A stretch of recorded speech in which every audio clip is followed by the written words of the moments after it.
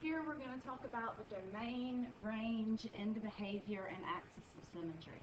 For a graph that doesn't have any type of context, you think of the domain as what will happen as this graph keeps going on and on and on forever and ever and ever. In this case, the graph could keep going on forever so that it could include every single x value that could possibly exist. All right, so we say that the domain goes from negative infinity to infinity. Now, this could be written many ways.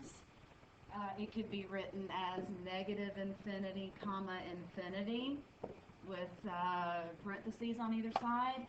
Or it could say x is never ending, or it could say all real numbers.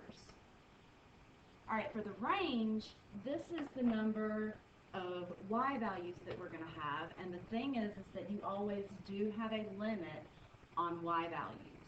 In this case, you're never going to have a y value in this area. You're never going to have a y value that is greater than the vertex, that's greater than 0.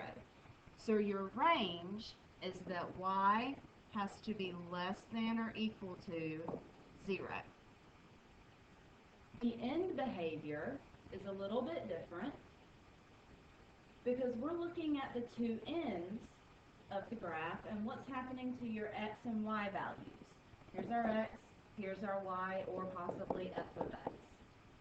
So on this end, as your x values decrease, your y values decrease. So x decreases, y decreases. Okay, on the other side, as your x increases, your f of x decreases. So x increases,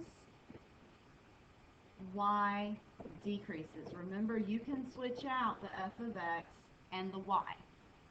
The axis of symmetry is the line that goes directly between, or directly down the vertex. Okay, it's the line that you could fold the graph over in half. And it's always x equals x value of the vertex. So in this case, it's x equals 0.